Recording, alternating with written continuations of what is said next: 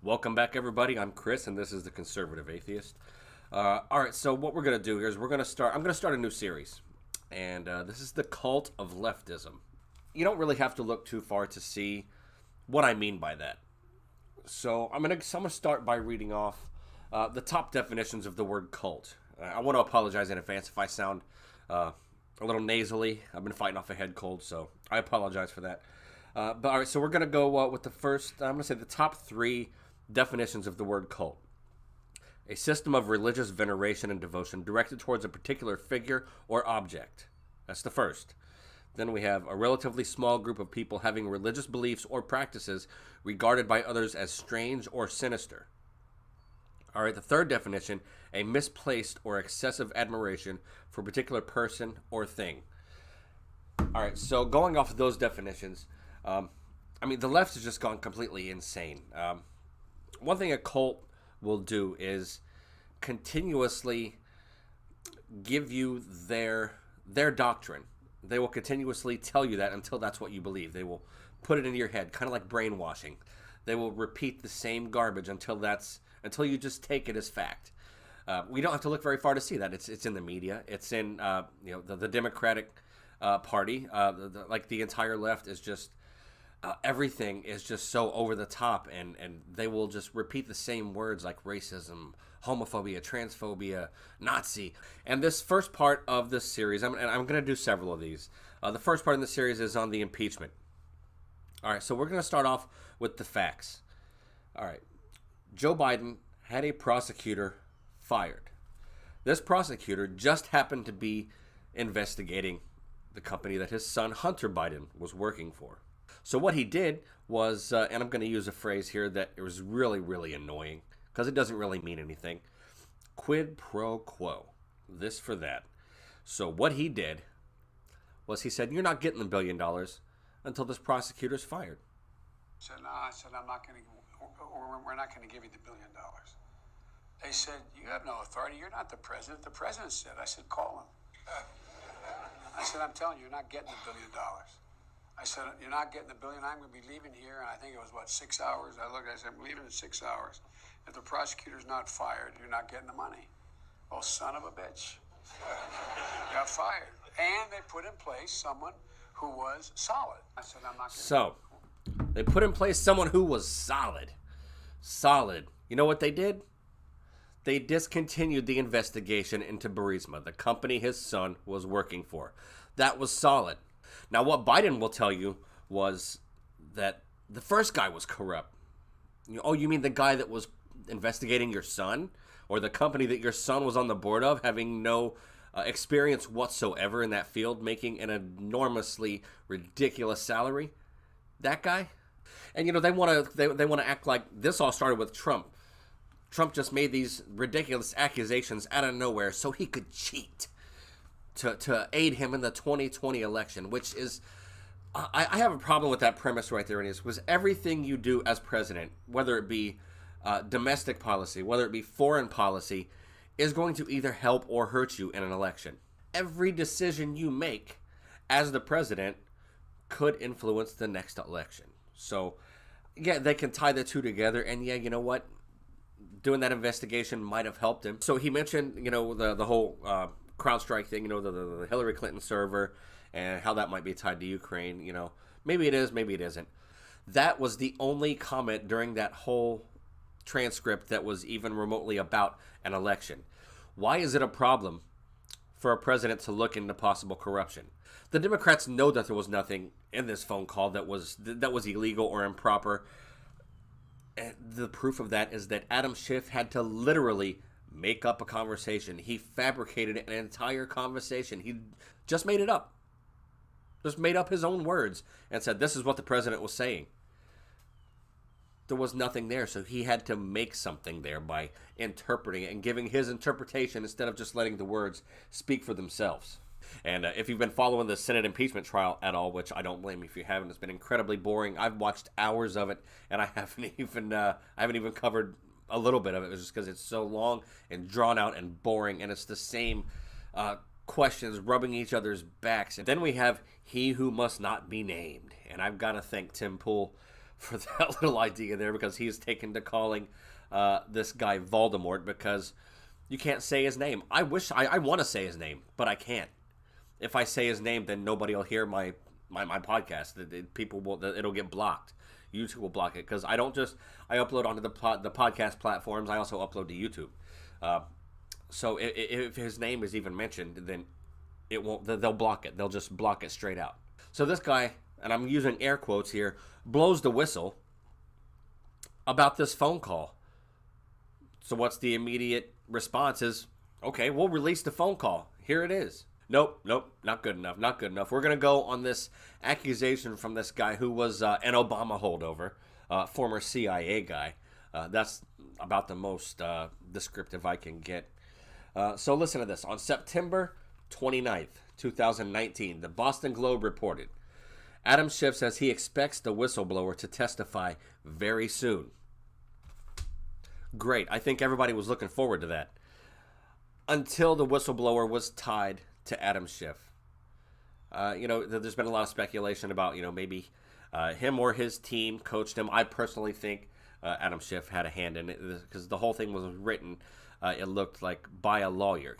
I've heard several people say that they thought that the whole whistleblower complaint was written by somebody who had practiced law or something to that effect. But when Adam Schiff's involvement is questioned, now we can't hear from him. Now it's his safety. We have to protect his safety and his anonymity. I hope eventually that something's done about Adam Schiff. I really hope that somebody investigates him and his involvement with not only with the whistleblower, but brings into question a lot of the other stuff that he's done. So for 3 years, 2.5 years, we heard that Adam Schiff had irrefutable evidence that Trump was a Russia pawn, that he was somehow in Putin's pocket, or that he had dirt on Donald Trump with his involvement for Russia, and that Russia had some kind of dirt on him that would make him pretty much Putin's puppet, as people like to say. He had evidence. That's what he told us. That's what he said on the news. You know what that evidence turned out to be? A prank call where he thought he was accepting foreign information into a political rival. Where have we heard that before?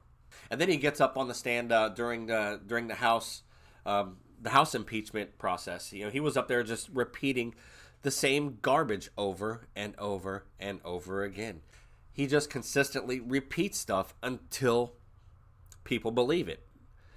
Mainly the media, and then they spread it. And then the people who don't pay attention to this stuff believe what the media says.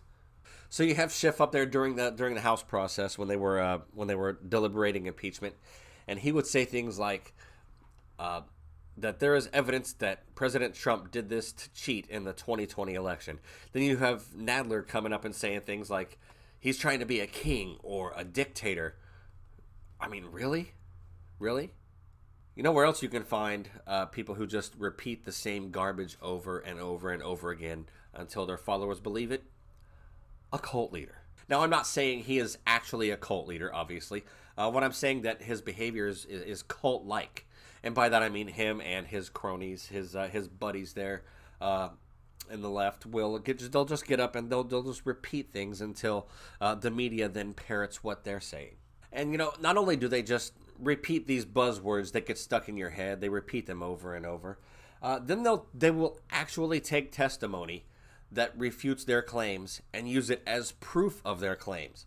And as evidence of that, I have a soundbite from Ambassador Sondland. I finally called the president. I believe it was on the 9th of September. I can't find the records, and they won't provide them to me. But I believe I just asked him an open-ended question, Mr. Chairman. What do you want from Ukraine? I keep hearing all these different ideas and theories and this and that. What do you want? And it was a very short, abrupt conversation. He was not in a good mood. And he just said, I want nothing. I want nothing. I want no quid pro quo. Tell Zelensky to do the right thing. Something to that effect. So I typed out a text to Ambassador Taylor, and my reason for telling him this was not to defend what the president was saying, not to opine on whether the president was being truthful or untruthful, but simply to relay, I've gone as far as I can go. This is the final word that I heard from the President of the United States. If you're still concerned, you, Ambassador Taylor, are still concerned, please get a hold of the Secretary. Maybe he can help. All right, so now we have another soundbite from Sondland. No one on this planet told you that President Trump was tying aid to investigations. Yes or no? Yes. So, you really have no testimony today that ties President Trump to a scheme to withhold aid from Ukraine in exchange for these investigations. Other than my own presumption. Which is nothing. I mean, that's what I don't understand. So you know what hearsay evidence is, Ambassador? Hearsay is when I testify what someone else told me. Do you know what made-up testimony is? Made-up testimony is when I just presume it. I mean, you're just assuming all of these things, and then you're giving them the evidence that they're running out and doing press conferences, and CNN's headline is saying that you're saying the President of the United States should be impeached because he tied aid to investigations, and you don't know that, correct? I never said the President of the United States should be impeached. Nope, but you did. You have left people with the confusing impression that you were giving testimony that you did not. You do not have any evidence that the President of the United States was tied to withholding aid from Ukraine in exchange for investigations. I yield back. All right, so there. What they used as proof of their claim was the presumption of Ambassador Sondland. They used that as proof. So you presume that this is what somebody wanted, so then now we use that as proof that that's exactly what that person wanted. They force this down your throat, and then they don't play those clips for you. You know what I mean? They don't bring that up. They just say, well, yeah, he backed up our claim. They are literally using something that refutes their claim as proof.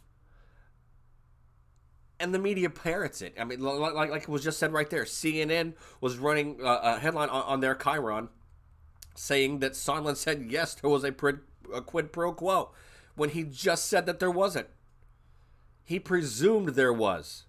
And that presumption came after he was told, I want nothing. I want no quid pro quo.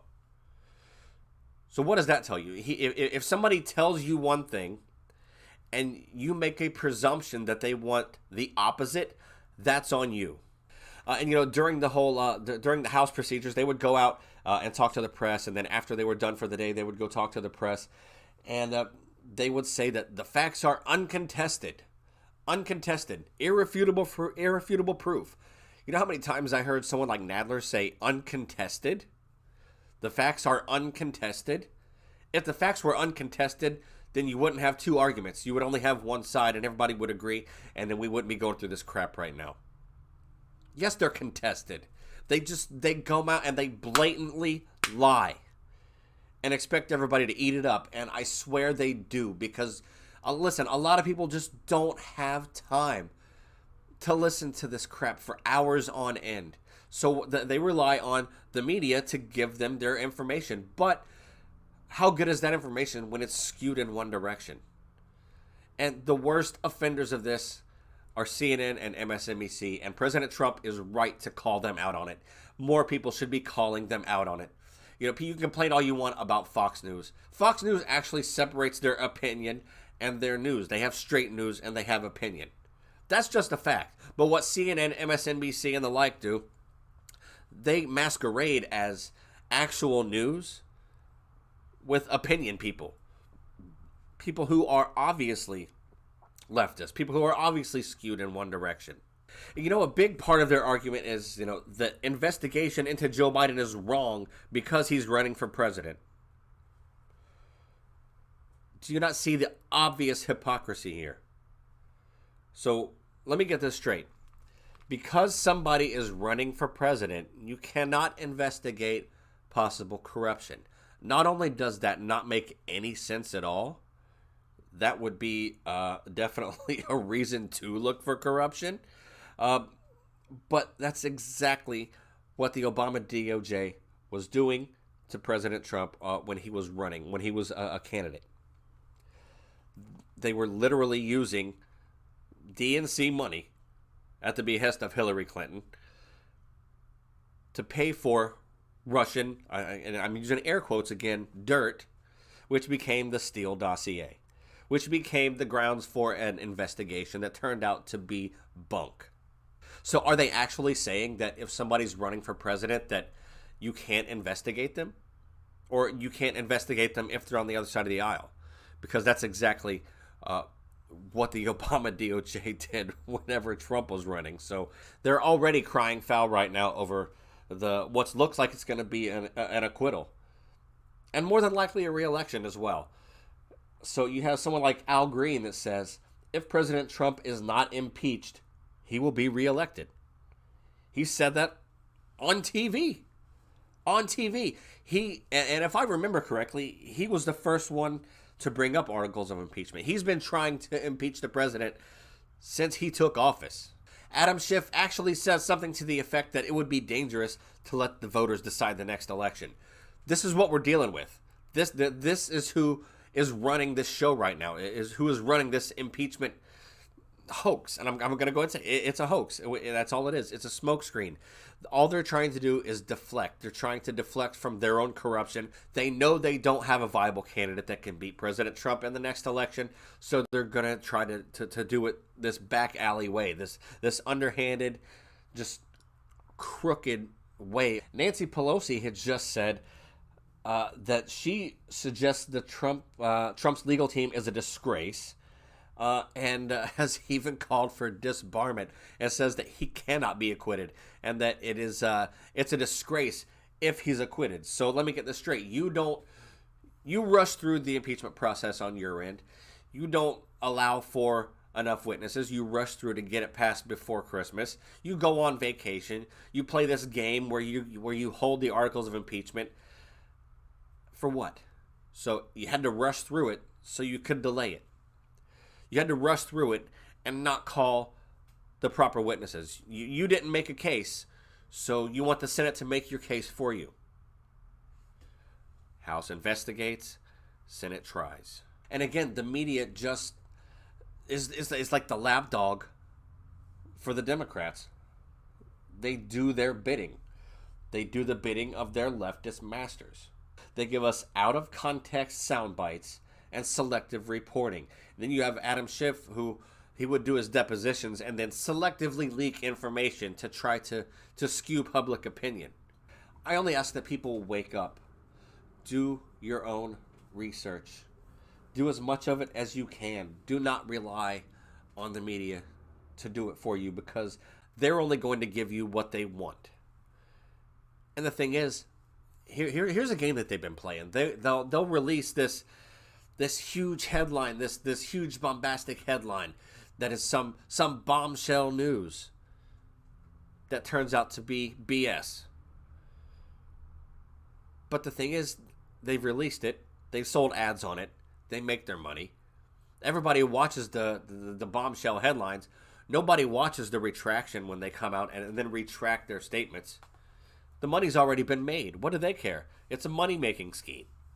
And as I already said, President Trump has a right, and I think a duty, to call them out, and so does everybody else. You don't have to like him. A lot of people don't. I don't like a lot of the things that he says. I don't like a lot of his tweets. I do like that we get his unfiltered opinion. That's one reason I voted for him and will be voting for him again. I like that he doesn't have a filter. I like that he says what's on his mind. But if you don't like him, you don't just impeach him or support impeachment because you don't like him. Vote him out.